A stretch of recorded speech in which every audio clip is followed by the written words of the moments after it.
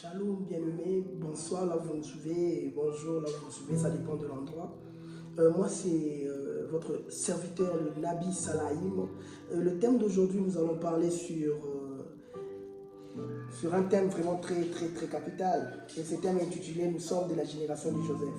Pourquoi nous avons choisi la génération de Joseph? Parce qu'en lisant la Bible, nous voyons que Joseph, c'est une personne qui a eu beaucoup de problèmes. C'est lui qui a été persécuté, vendu par ses frères à l'âge de 17 ans. C'est lui qui faisait la volonté de Dieu.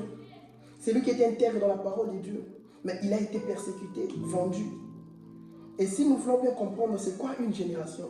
Une génération, c'est une postérité. Une génération, c'est être descendant d'une personne. Et ce soir, nous allons parler de la génération, nous sommes de la génération de Joseph. Et dans ce thème, nous allons évoquer le mystère de 4 vêtements. Excusez-moi, nous allons parler du mystère de 4 vêtements de Joseph. Sans pour autant parler, nous allons parler du premier vêtement. Le premier vêtement a été un vêtement rempli de plusieurs couleurs. Le père a donné à son enfant un vêtement de plusieurs couleurs parce que le père l'aimait de tous ses enfants.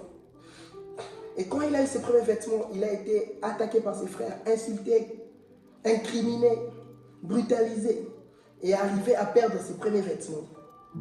Il a perdu ses premiers vêtements et le frère de Joseph l'a vendu à 20 pièces. Et Joseph a été vendu en Égypte. Et arrivé en Égypte, il a été vendu par Potiphar. Potiphar qui était parmi des personnes un peu civilisées en Égypte. Et Potiphar l'a pris. Et il a donné la gestion de toutes choses. La femme de Potiphar a voulu coucher avec Joseph. Et Joseph qui craignait la parole de Dieu. Et Joseph qui était intègre à la parole de Dieu. Joseph a dit non, je ne peux pas coucher avec vous, vous êtes la femme de mon maître. Et arrivé chez Potiphar, il avait reçu un deuxième vêtement. Et ce deuxième vêtement, c'était provisoire, c'était pour un temps. Ce n'était pas un deuxième vêtement qui était, je peux dire, éternel. C'était partiel. Et ce deuxième vêtement, Joseph l'a encore laissé. Parce que la femme de Potiphar voulait en sorte que Joseph couche avec. Et Joseph a dit non. Il a respecté la parole de Dieu. Il a suivi les instructions. Vous ne commettrez pas l'adultère, vous ne convoiterez pas. La convoitise qui engendre le péché. Et il n'a pas voulu pécher parce qu'il connaissait qui il était. Et nous aussi aujourd'hui, nous allons dire que nous sommes de la génération de Joseph parce que nous connaissons qui nous sommes.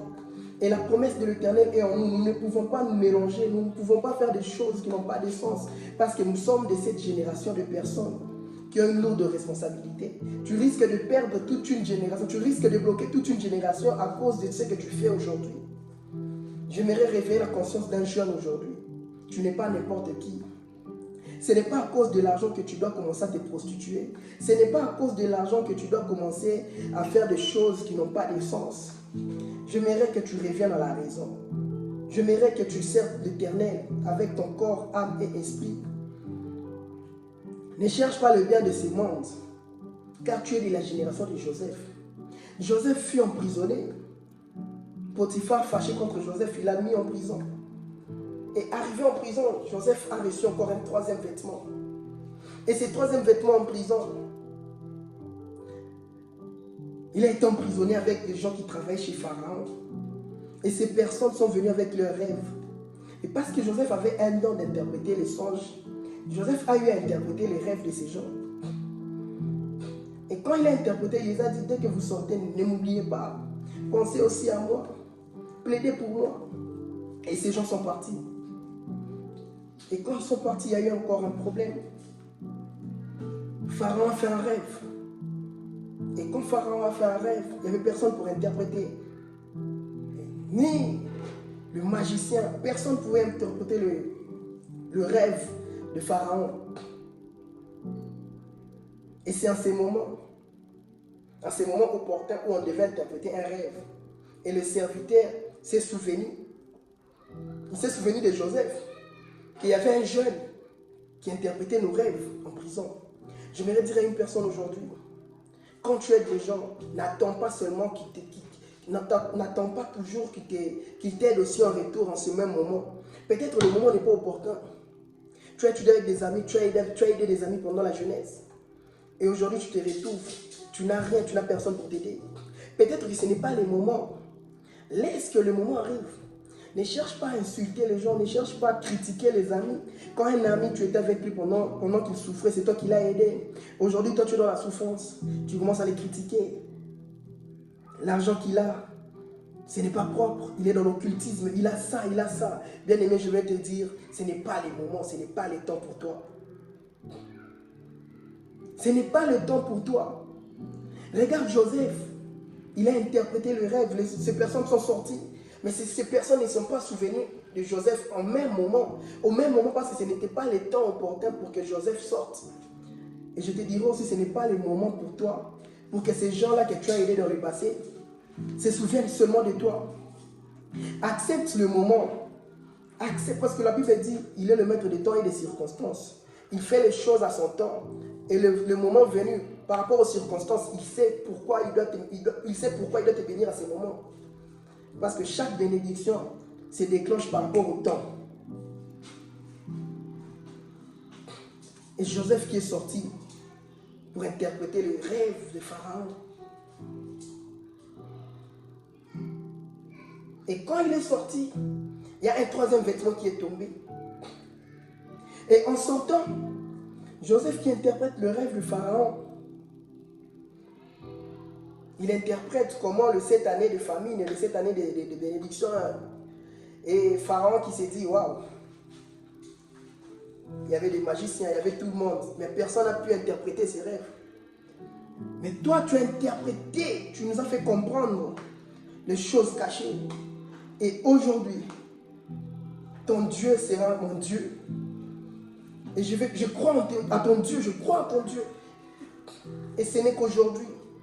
Et en ces mêmes moments-là, c'est dans Genèse 41, et nous partons dans Genèse 41, c'est le 41e au 42e verset dont on nous parle de cette histoire.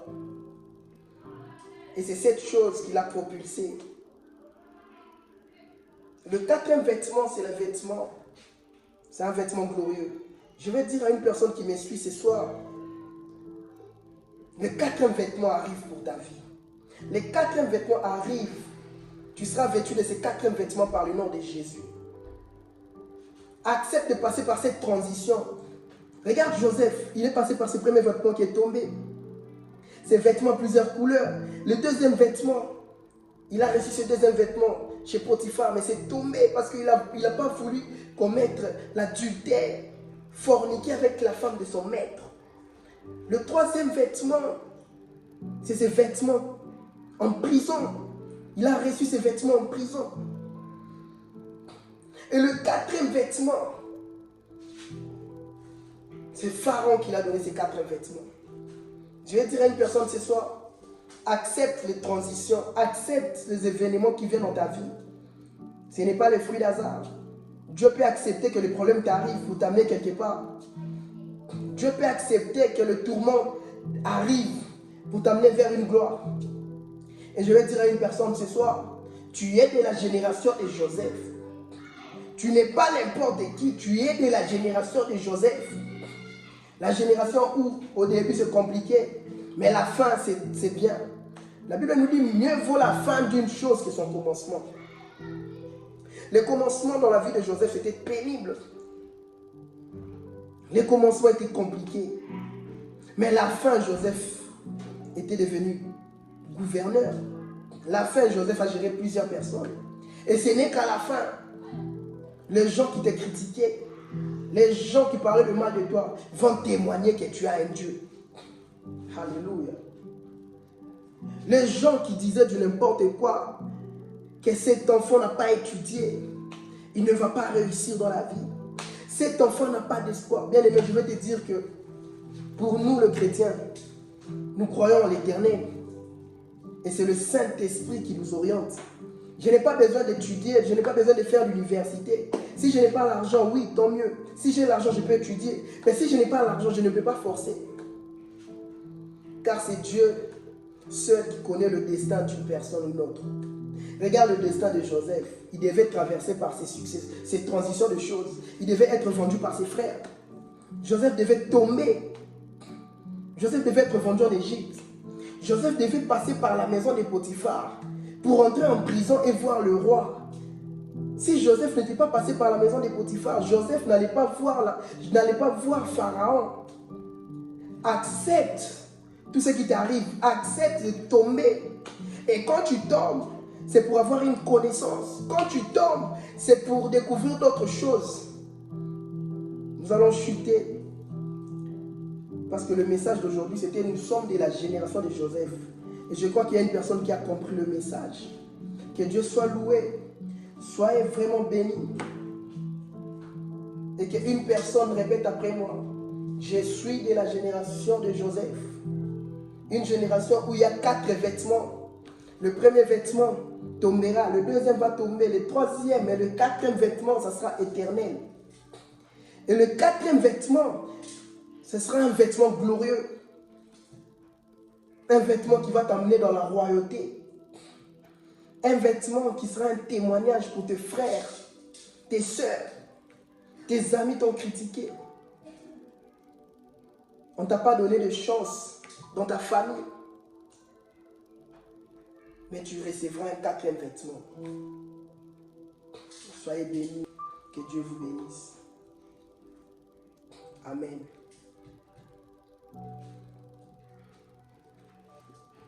Soyez connectés.